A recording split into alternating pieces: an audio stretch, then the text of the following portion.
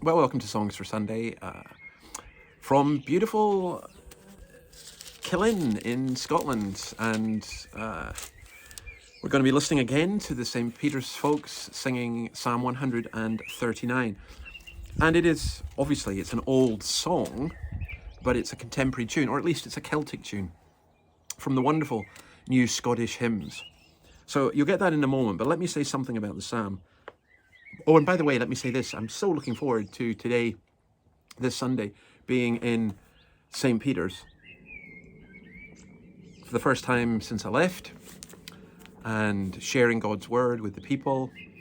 If you happen to be around Dundee on Sunday morning at 11 o'clock, feel free to join us. It would be a real privilege to meet you.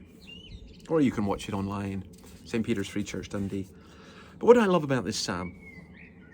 First of all, God's knowing us completely, and there's nowhere that we can hide from God. And rather than that being a terrifying thing, it's a comforting thing. Wherever we are, the Lord is with us. Secondly, the teaching about humanity, that we are created. God created our inmost being. God knit us together in our mother's womb.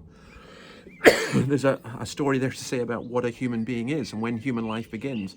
It certainly doesn't begin when the baby is born. Apart from being an absurd notion scientifically, it's biblically a completely bizarre notion. My frame was not hidden from you when I was made in the secret place, when I was woven together in the depths of the earth. All the days ordained for me were written in your book before one of them came to be. It is God who's sovereign about our lives and in control of them. I love the third thing is the aspect of how precious are God's thoughts. They would outnumber the grain of sand, and that's what's saying God's thoughts towards us for good. That's an amazing idea, isn't it?